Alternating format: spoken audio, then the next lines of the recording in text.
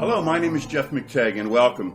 This is the sixth installment of my series on the best mutual fund selection process available on the market. Happens to be mine. Today I take a look at fund turnover and its value in selecting mutual funds. Now, I am certainly not the first person to point out that turnover has a strong correlation with fund performance. However, I've consistently conducted the required research from my first survey in '97 to the just completed 2017 process. Others who have conducted research on performance effects of fund turnover include Shengwen Wu at Daya University in Taiwan. I hope I pronounced that right, Dr. Wu.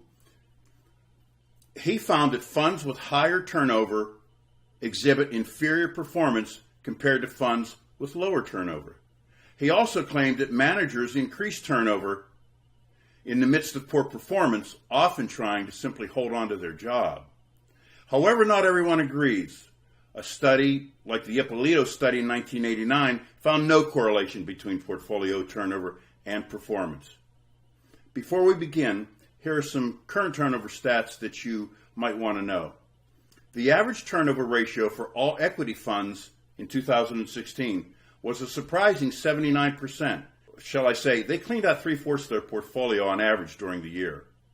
And just as surprising, 24% of all equity funds and 28% of all bond funds had turnover ratios in excess of 90%. Here's another surprising stat. 54 funds have the phrase tax efficient or tax advantaged in their name.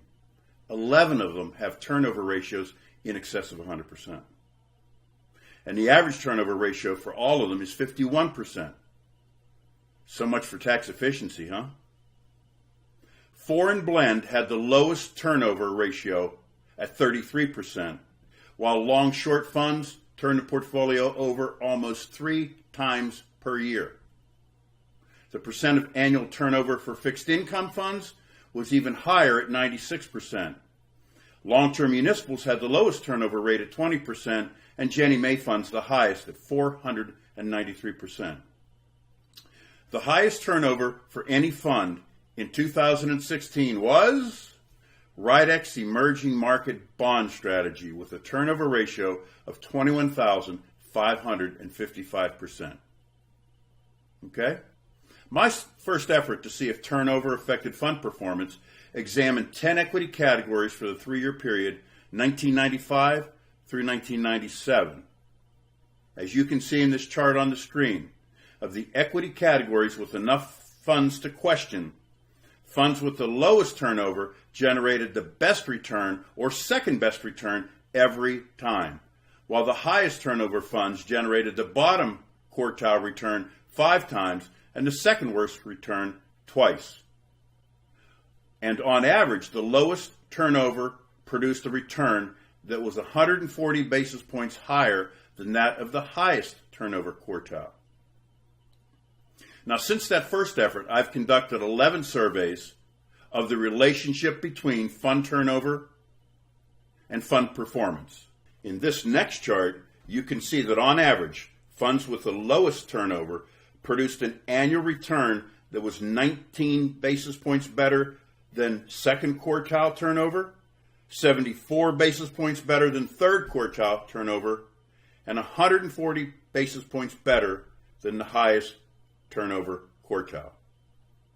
Which quartile produced the highest return most often across all categories surveyed?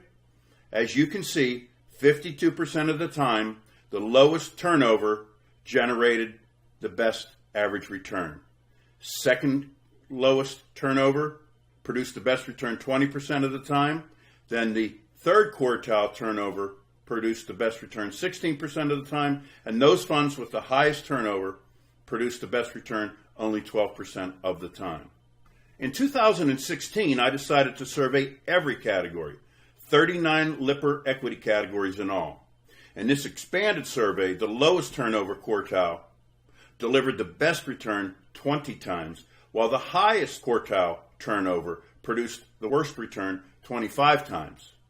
And for the first time, I conducted fixed income research in turnover. In this first ever survey, the lowest turnover funds produced a return that was 61 basis points better than second quartile, 42 basis points better than third quartile, and 44 basis points better than funds with the highest turnover. Well, that's it for today. I trust I have convinced you of the value of turnover in the fund selection process. In our next session, you will discover trait number 5 in the fund selection process, and that is, fund expense. Until then, this is Jeff McTague reminding you, unless you can prove it, it's just your opinion. Right here, right now, right here, right